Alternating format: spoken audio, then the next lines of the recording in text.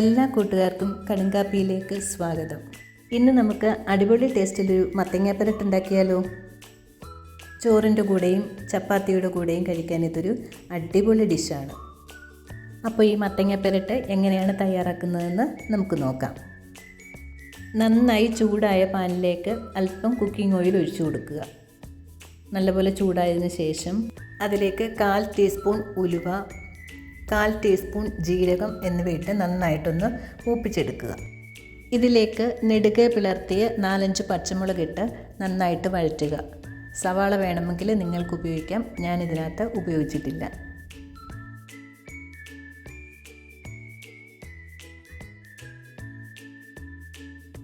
വഴണ്ടു വരുമ്പോൾ അതിലേക്ക് പൊടിയായി അരിഞ്ഞു വെച്ചിരിക്കുന്ന ഇഞ്ചി ചേർത്ത് നന്നായിട്ടൊന്ന് ഇളക്കുക. അതിനുശേഷം 1/4 ടീസ്പൂൺ കസൂരി മേത്തി ഇതിലേക്കിട്ട് ഒന്ന് ചെറുതായിട്ടൊന്ന് മൂപ്പിച്ചെടുക്കുക.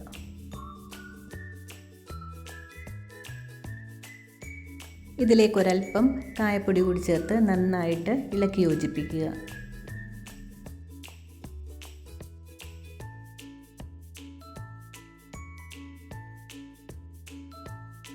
അതിനുശേഷം കഴുകി അരിഞ്ഞു വെച്ചിരിക്കുന്ന മത്തങ്ങ ഇതിലേക്ക് ചേർത്തിട്ട് നന്നായിട്ടൊന്ന് ഇളക്കുക. മത്തങ്ങയിലെ വെള്ളമയം ഒന്ന് മാറുന്നത് വരെ നന്നായിട്ട് ഇളക്കിക്കൊണ്ടിരിക്കുക.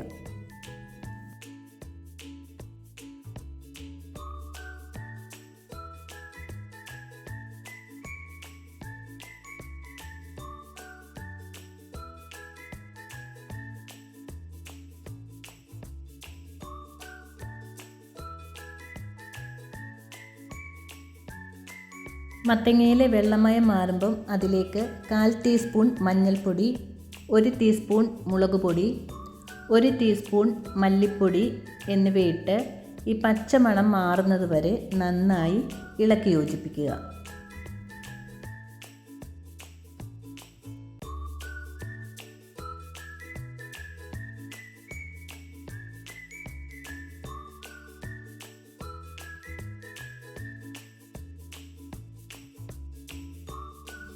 അതിനുശേഷം പാൻ അടച്ചു വെച്ചിട്ട് നന്നായിട്ട് ചെറുതീയിൽ വേവിച്ചെടുക്കുക. ഇടയ്ക്കിടയ്ക്ക് ഇളക്കി കൊടുക്കണം. ഈ മത്തങ്ങയിൽ നിന്നുള്ള വെള്ളം കൊണ്ട് തന്നെ ഇത് വേവുന്നതായിരിക്കും.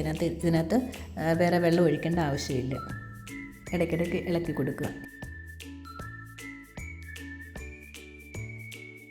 ഇത് വെന്ത് വരുമ്പം ഒരല്പം ശർക്കര കൂടിയിട്ട് ഇളക്കി ഇത് നന്നായിട്ട് യോജിപ്പിച്ചതിന് ശേഷം ചെറുതായി അരിഞ്ഞു വെച്ചിരിക്കുന്ന തക്കാളി കൂടി ചേർക്കുക.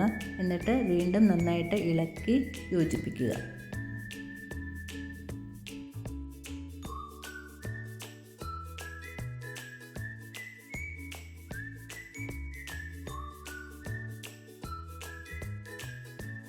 വീണ്ടും പാൻ അടച്ചു വെച്ചിട്ട് ചെറുതീയിൽ ഇത് വേവിച്ചെടുക്കുക.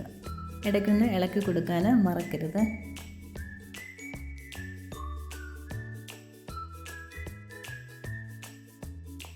ഇപ്പോൾ നമ്മുടെ മത്തങ്ങാപ്പരട്ട് റെഡി ആയിട്ടുണ്ട്. ഇതിലേക്ക് അവസാനം ചേർക്കേണ്ടത് അരിഞ്ഞു വെച്ചിരിക്കുന്ന മല്ലിയിലയാണ്. അതുകൂടെ ചേർത്തിട്ട് നന്നായിട്ടൊന്ന് ഇളക്കിയെടുക്കുക. മത്തങ്ങാപ്പരട്ട് റെഡി ആയിട്ടുണ്ട്. നമുക്കിനി ഇതൊരു സെർവിങ് ഡിഷിലേക്ക് മാറ്റിയെടുക്കാം. ചോറിൻ്റെ കൂടെയും ചപ്പാത്തിയുടെ കൂടെയൊക്കെ കഴിക്കാനായിട്ട് അടിപൊളി ടേസ്റ്റാണ്. അപ്പോൾ നിങ്ങളിതൊന്ന് ട്രൈ ചെയ്ത് നോക്കൂ. ഫീഡ്ബാക്ക് അറിയിക്കാൻ മറക്കല്ലേ.